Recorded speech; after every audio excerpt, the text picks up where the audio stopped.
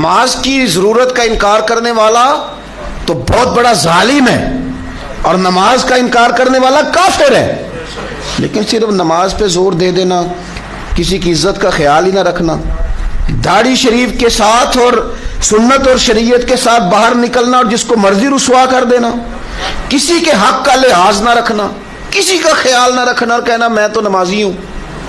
میں نے کہا کہ نماز کا انکار کفر ہے، لیکن یاد رکھنا نماز میرا اور رب کا معاملہ ہے، وہ چاہے تو معاف کر دے گا اور چاہے تو سزا دے گا، لیکن اگر میں نے اپنی غریب رشتہ داروں کے دل توڑ کے پھینک دیے تو وہ میرا مالک معاف نہیں کرے گا، وہ انہوں نے ہی معاف کرنے۔ کتنے لوگوں کو میں نے رسوا کر دیا۔ میں پھر بات دہراتا ہوں وہی والی کہ حضرت عمر فاروق رضی اللہ تعالی عنہ کے پاس ایک شخص نے آ کے کہا یہ بندہ بڑا اچھا ہے، میں اس کی گواہی دیتا ہوں، بہت اچھا آدمی ہے۔ تو حضرت عمر رضی اللہ تعالیٰ عنہ ان سے زیادہ کون دین جانتا ہے؟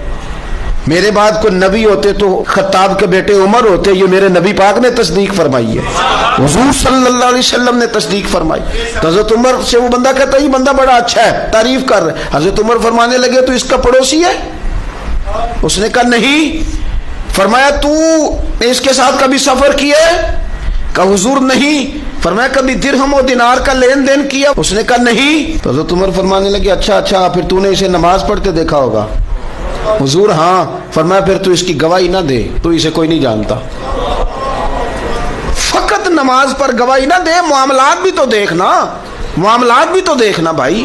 لب و لہجہ جس طرح کا مرضی ترش ہو، تو ہاتھ کے اندر بندوق لے اور تو کسی کو ماننے کو تیار ہی نہ ہو، تیرے علاوہ کوئی دیندار ہی نہیں، کوئی نیک ہی نہیں، کوئی پرہیزگار ہی نہیں، کوئی بندہ ٹھیک رہا ہی نہیں، اس لیے کہ تو نے نماز شروع کر لی ہے، تو نے داڑھی رکھ لی ہے، سب غلط ہو گئے۔ یوں نہ کریں۔ یاد رکھیں معاملات کا حکم عبادات سے زیادہ سخت ہے۔ میرا نماز کے ساتھ معاملہ میرا اور میرے رب کا ہے، پر میرے ذمے میری اماں کی خدمت لگائی گئی، میرے رب نے لگائی میرے ذمے میری بہنوں کی، میرے بھائیوں کی خدمت، میرے بزرگوں کی تابعداری میرے رب نے لگائی، میرے اللہ نے لگائی، میرے بیوی بچوں کی ڈیوٹی میرے ذمے۔ اس کا حساب کون دے گا؟ شب برات آئی ہے تو چلیں آپ 2 پوسٹیں لکھ دیں کہ مجھے معاف کر دینا، ایسے تھوڑے معافی ہوتی ہے؟ تو جا کے معافی مانگ، تجھے پتہ ہے تو نے کس کس کے ساتھ غلطی کی ہے، تجھے خبر ہے۔ اگر تجھے یہ پتہ ہے نا تیرے ساتھ کس کس نے زیادتی کیا، تجھے بھولی نہیں، تو یہ بھی تجھے پتہ ہے تو نے کس کس کے ساتھ کی ہے۔ تو بڑی جلدی اپنا معاملہ آنا تو نفیس بن جانا، اور دوسروں کا لب و لہجہ آئے تو ہمیں سمجھ ہی نہیں آ رہی ہوتی کہ ہم نے حقوق کیسے ادا کرنے۔ تو یوں نہ کریں، چیزوں کو سمجھیں۔ حضرت عبداللہ ابن عمر رضی اللہ تعالیٰ عنہ بیمار ہو گئے، شدید علیل تھے، طبیعت مبارک میں کمزوری آ گئی، کچھ کھانے کو دل نہیں کرتا تھا، گھر والے بار بار کہتے کچھ کھا لیجئے کچھ کھا لیجئے، نہیں کھاتے تھے۔ بالآخر حضرت نافع آپ کے غلام تھے، ان سے کہنے لگے کہیں سے مچھلی مل جائے نا تھوڑی سی تو میں کھاؤں گا۔ تو کہتے ہیں میں سارے مدینے میں ڈھونڈتا رہا، مچھلی نہ ملی، اگلے دن بھی ڈھونڈی تو نہ ملی، تیسرے دن بھی ڈھونڈی تو نہ ملی۔ تو فرمانے لگے یار بس چھوٹی سی خواہش ہے، کوئی فرض نہیں ملتی تو رہنے دے۔ کہتے ہیں چوتھے دن مچھلی مل گئی، میں 1.5 دینار کی مچھلی لایا، لا کے حضرت عبداللہ ابن عمر رضی اللہ تعالیٰ عنہ کے سامنے جو مچھلی رکھی تو آپ نے لقمہ روٹی کا توڑا تھا، مچھلی کو لگانے لگے کہ دروازے پہ فقیر نے آ کے آواز دی کچھ کھانے کو دو۔ تو حضرت عبداللہ ابن عمر نے روک لیا اور ہنسے۔ کئی دفعہ ہم بھی دیتے ہیں پر ہمارا چہرہ دیکھنے والا ہوتا ہے، اتنے ہم غصے میں ہوتے ہیں دے دیتے ہیں، لیکن جو تھلوٹیں ہوتی ہیں نا چہرے والی وہ گنی نہیں جاتی۔ ہنسے، فرمایا دیکھو میرا اللہ کتنا کریم ہے، وہ مجھے بچانا چاہتا ہے، اٹھا بار دیا جا کے۔ تو خادم اب حکم کا پابند تھا، وہ لیت اللہ تو کر نہیں سکتا تھا، وہ گیا اور جا کے دے آیا۔ فقیر جب سارے محلے سے آٹا اکٹھا کر لیتے ہیں تو پھر ایک جگہ جا کے بیچتے بھی ہیں۔ دے آیا، وہ 2 گلیاں آگے گزرا تو میں پیچھے دوڑا گیا، میں نے کہا سچ بتا کھانی ہے کہ بیچنی ہے؟ وہ کہنے لگا جو بھی سبب لگ جائے کر جاؤں گا، آپ نے دے جو دی ہے۔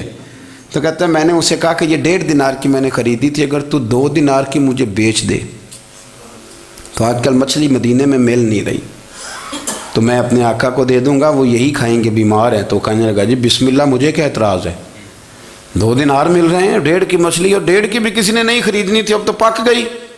فرماتے میں نے 2 دینار اس کو تھمائے، وہ مچھلی اس سے خریدی، اور خرید کر کے میں لایا، لا کے حضرت عبداللہ ابن عمر کے سامنے دوبارہ رکھی تو فرمایا یہ کیسے آ گئی؟ میں نے کہا حضور 1.5 کی خریدی تھی اور پھر فقیر کو دے دی، اب اسی سے میں 2 دینار کی خرید کے لایا ہوں، آپ قبول فرمائیں۔ تو فرمانے لگے تم نے اچھا نہیں کیا، اب اس طرح کرو 2 دینار بھی اسے دے اور مچھلی بھی واپس دے آؤ۔ عرض کی حضور کیوں؟ فرمایا تم نے قرآن نہیں پڑھا؟ حضور پڑھا ہے۔ فرمایا رب فرماتا ہے لن تنالوا البر حتی تنفقوا مما تحبون، تم بھلائی کو اس وقت پہنچو گے جب اپنی پیاری چیز راہ خدا میں خرچ کرو گے۔ امام غزالی نے لکھا ہے، فرمانے لگے دیا، تو وہ حضرت نافع کہتے ہیں میں دینے گیا، دے کے واپس آیا تو کچھ پریشان تھا کیونکہ مجھے بھی 4 دن ہو گئے تھے نا تلاش کرتے، تھوڑی تھوڑی طبیعت میں مایوسی تھی کہ اتنی محنت سے میں نے لایا اور آپ نے واپس کر دی۔ تو حضرت عبداللہ ابن عمر نے مجھے قریب بٹھایا، پھر مجھے تھپکی دی، فرمانے لگے پتر میں نے ویسے بھی کبھی جھوٹ نہیں بولا اور آج کل تو میں ویسے ہی بیمار ہوں، ٹائم ہی نہیں، وقت ہی نہیں، موقع ہی نہیں جھوٹ بولنے کا۔ میں تجھے سچ بتاؤں مجھے مچھلی کھا کے اتنا سکون نہیں ہونا تھا جتنی اللہ کے راستے میں خیرات کھا کے مجھے سکون ہوا۔ تو تجھے تو میری راحت سے غرض ہے نا کہ مجھے راحت کیسے ہوتی ہے، تو مجھے سکون ملا ہے راہ خدا میں دے۔ میں نفسانی خواہش پوری کر لیتا تو یہ میرا نفس کل پھر مجھ سے مچھلی مانگتا، پرسوں کہتا نہیں چھوٹے گوشت کی یخنی بھی چاہیے۔ ہم لوگ الجھ گئے ہیں، بہت بڑے قیدی ہیں اپنے آپ کے، بڑے قیدی ہیں، سارا دن اپنی خواہشات کی تکمیل میں بھاگے رہتے ہیں، بڑے بڑے سونے نوجوان۔ میں ان پہ تنقید نہیں کرتا، مجھے ان پہ ترس آتا ہے۔ جب میں رات کے اندھیروں میں انہیں ٹیلی فون لے کے چوکوں میں کھڑے دیکھتا ہوں تو مجھے رحم آتا ہے۔ میں کہتا ہوں دیکھو نفس کی خواہش کے پیچھے یہ کیا مثلاً آخر کیا ہے اس میں؟ ایک عورت کے پیچھے تباہ کر لیا اپنے آپ کو، یعنی زیادہ سے یہ کوئی مقصود ہے؟ یہ کوئی مقصد حیات ہے جس کو مقصد بنا لیا ہے؟ میرے عزیز بات کو سمجھ لیں، اتنا خوبصورت آدمی ہے اور اتنا اس کا اونچا قد کاٹ ہے، اور کیا کس کے پیچھے یہ بھاگا ہوا ہے؟ بڑا سمجھدار، دانشور، عقل مند آدمی، ذی روح بندہ، لیکن اس کا سٹیٹس آپ یہ ملاحظہ کریں کہ وہ 20-40 ہزار کی خاطر جھوٹ بولتا ہے، دھوکہ دیتا ہے، فریب اور فراڈ کرتا ہے۔ ہم اپنی نفسانی خواہشات کے پیچھے اس طرح بھاگتے ہیں کہ ہم اصل سے رہ جاتے ہیں۔ میری باتوں کی سمجھ آ رہی ہے آپ حضرات؟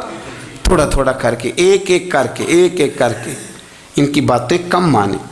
وہ ضروری تو نہیں نا کہ سویرے ناشتہ بازار سے اپنی مرضی کا تگڑا کیا ہے، بازار سے لا کے پوڑیاں چنے بہترین کھائے، اور پوڑیاں چنے ابھی کھائے نہیں، شاپر میں ڈالے ہوئے ہیں، اور وہ لے کے ابھی آ رہا ہے تو ساتھ ہی رستے سے گوشت بھی چھوٹا اچھا لگا تو 2 کلو وہ بھی لے آئے کہ پوڑیاں چنے کھاؤں گا اور دوپہر کے لیے گوشت پکاؤں گا۔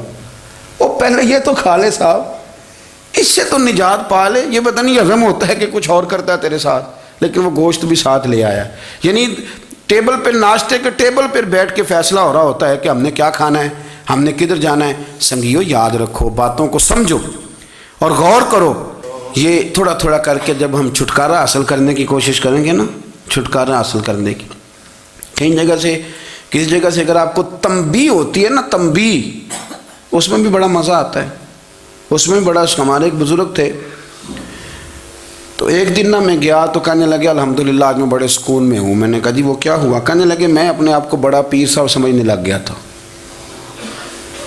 تو ایک وابڈا کے کسی آدمی سے کام تھا، تو میرے ایک دوست نے مجھے کہا ہے کہ پیر صاحب اس کو ٹیلی فون کر دیں، سنا ہے آپ کا عقیدت مند ہے۔ میں نے اس بندے کو ٹیلی فون کیا تو کہتا پیر صاحب میں عزت آپ کی بڑی کرتا ہوں پر یہ کام نہیں ہو سکتا۔ کہتے ہیں جب اس نے مجھے کہا نا تو کچھ بھی نہیں، تو مجھے بڑا مزہ آیا ہے، ورنہ میرا تو نفس پھول گیا تھا۔ میں تو سمجھتا تھا کہ جو میں کہتا ہوں ویسے ہی ہو جاتا ہے۔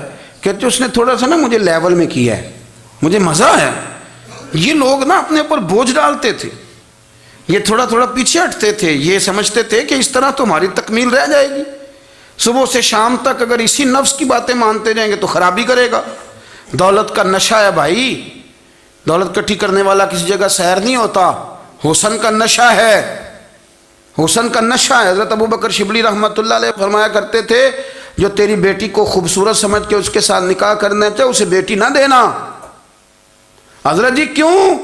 فرمایا حسن تو تھوڑے دن کے بعد ختم ہو جائے گا، پھر وہ اس کی قدر نہیں کرے گا، وہ تو کہیں اور منہ مارتا پھرے گا۔ حضرت ابوبکر شبلی رحمۃ اللہ تعالیٰ علیہ کی بیٹی خوبصورت تھی، ایک نوجوان کہنے لگا میرا نکاح کر دیں۔ آپ فرمانے لگے پتر تو 1 مہینے کے بعد آنا کر دوں گا۔ بڑی موٹی تازی خوبصورت صاحبزادی، تو حضرت نے اسے دوائی کھلائی، اسے پخانے لگ گئے، جو پخانہ کرتی ایک مٹکے میں سنبھال دیتے۔ تھوڑا وقت گزرا تو وہ ہڈیوں کا پنجر بن گئی، مہینے بھر میں دست اتنے آئے کہ کمزور ہو گئی۔ تو ابو بکر شبلی ایک مہینے کے بعد نوجوان کو بلایا، فرمایا ادھر آ تیرا نکاح کروں۔ بچی دکھائی تو وہ کمزور بستر پہ پڑی، فرمایا شادی کرنے لگا، اس سے نہیں میں نے کرنی۔ فرمایا یہ وہی ہے؟ کہنے لگا جی نہیں۔ فرمایا تو کہتا تھا مجھے عشق ہے، کدھر گیا تیرا عشق؟ کہنے لگا حضرت صاحب آپ کیسی بات کر رہے ہیں؟ فرمایا ادھر آ۔ پھر وہ مٹکا جس میں گند رکھا تھا وہاں لے گئے، فرمانے لگے تیرا اس کے ساتھ عشق تھا، یہ ہے تیرا عشق۔ فرمایا اچھا تو میں 4 دن روٹی کھلاؤں گا پھر تندرست ہو جائے گی، لیکن میں دیکھنا چاہتا تھا کہ تو میری بیٹی سے پیار کرتا ہے یا اس کے چہرے پہ آنے والی کچھ وقت کے لیے سرخی سے پیار کرتا ہے، اس لالی سے پیار کرتا ہے جو جوانی کے وقت بچوں اور بچیوں پہ آتی ہے۔ کس چیز کے دل دادا؟ یعنی کیا مطلب؟ نفس کی غلامی، سراسر غلامی، اور پلٹ پلٹ کے اور بڑے بڑے سیانے بندے چھوٹی سی خواہش کے لیے، بڑا سمجھدار آدمی، بڑا سیانا بندہ۔ میں ایک بڑے بزرگ عالم تھے، میں ایک دفعہ ملنے گا تو پائے پکا رہے تھے، خود پائے پکا رہے تھے، تو وہ بڑے پیار کی بات ہوتی ہے نا جی، تو تامت باندھی ہوئی اور بڑی جناب خستہ حالی، اور وہ پائے پکا رہے ہیں۔ تو میں نے ان سے کہا، میں نے کہا حضرت جی پائے تو کسی اور نے بھی پکا لینے تھے، آپ بخاری لے کے بیٹھتے، چلو میری طرح کا کوئی بندہ آپ سے استفادہ بھی کر لیتا۔ اب پائے آپ لائیں گے، پھر پکائیں گے، پھر آپ کھائیں گے، تو یہ تو 24 گھنٹے آپ کسی کام میں گزر جائیں گے۔ تو یہ ایک چھوٹی سی خواہش کے لیے، میں کسی چیز کو حرام نہیں کہہ رہا، قرآن پاک کی جو آیت پڑھی ہے صرف اس کی تفسیر آپ کے سامنے عرض کر رہا ہوں۔ ہماری خواہشات ماں پالتی ہے، آپ کو نہیں پتہ کتنے دکھ سہتی ہے۔ میں ان ماؤں کو جانتا ہوں جو بیٹے کے حصوں کی مار بھی اس کے ابے سے کھاتی ہیں، مار کھاتی ہیں وہ۔